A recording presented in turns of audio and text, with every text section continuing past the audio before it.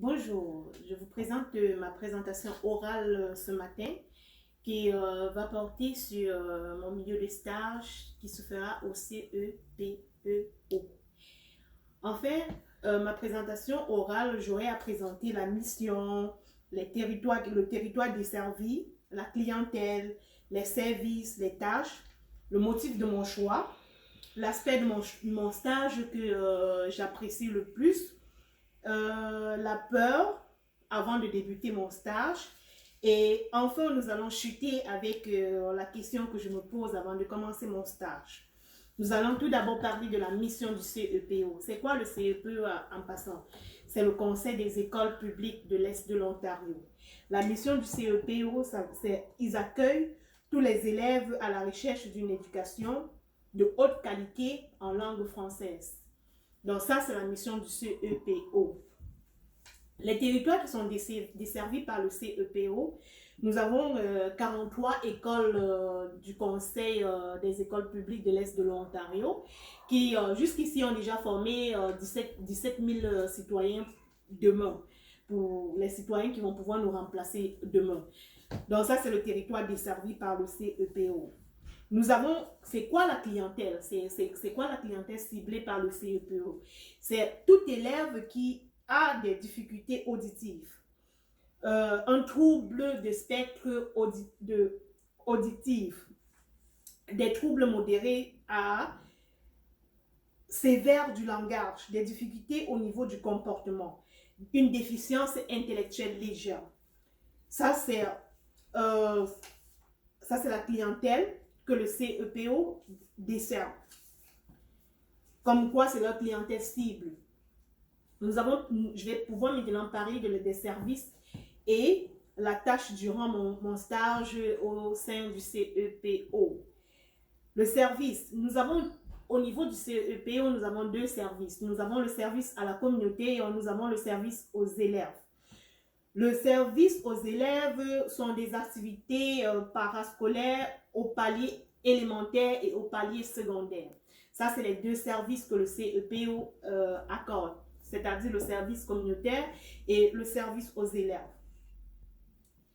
Les tâches que j'aurai à faire durant mon stage, je dois concevoir et présenter des ateliers durant les 10 sessions que je vais faire dans mon milieu de stage.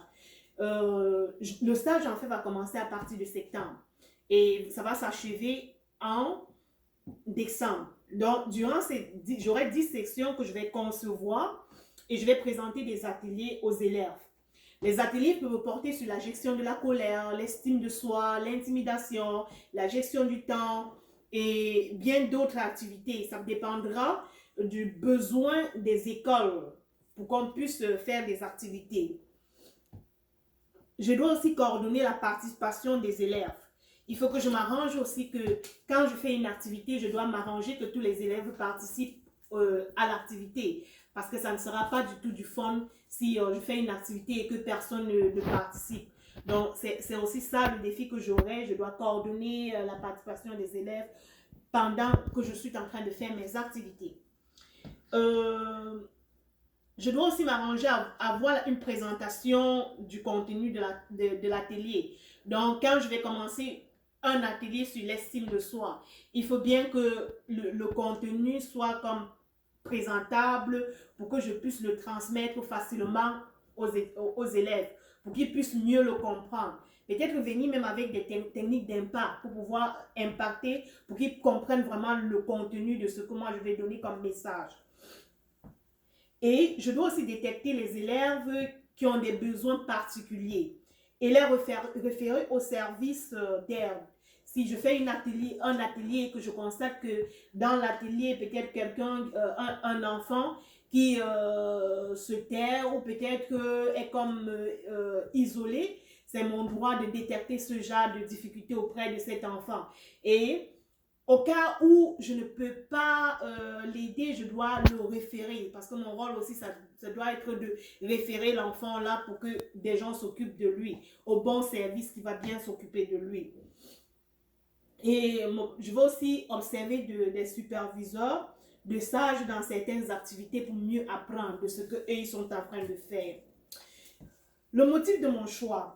je veux bien venir en aide aux élèves parce que moi, je me dis, les élèves sont des futures personnes pour demain qui vont pouvoir interagir avec la communauté. Une bonne éducation qu'un enfant reçoit, c'est déjà un homme qu'on gagne dans la société. Donc, c'est un peu ça. Je veux vraiment venir en aide aux élèves et pour pouvoir être des futures personnes pour demain. Je dois détecter les besoins des élèves, les aiguiller et les référer au service d'aide adéquat. Ça, c'est le motif de mon choix. Je dois sensibiliser les élèves en parlant de l'intimidation, peut-être parce que parfois des enfants intimident les autres personnes ou les élèves intimident d'autres personnes, mais ils ne savent pas l'impact qu'ils sont en train de faire dans la vie de cette personne. Et c'est vraiment une plaie qu'on est en train d'ouvrir et qui ne sera pas facile à refermer. Donc mon but, mon rôle maintenant, le motif pourquoi j'ai choisi le CEPO, c'est d'aller sensibiliser ces élèves-là pour voir l'impact que ça peut avoir sur la vie de leurs camarades demain. Les aspects de mon stage qui m'intéressent. Je ne vais pas vous mentir que je vais faire des ateliers et c'est ça qui m'intéresse le plus. Je vais interagir avec des élèves. Je dois faire des animations et pendant ces animations, je dois présenter certains thèmes d'après le besoin que rencontrera les écoles au moment propice.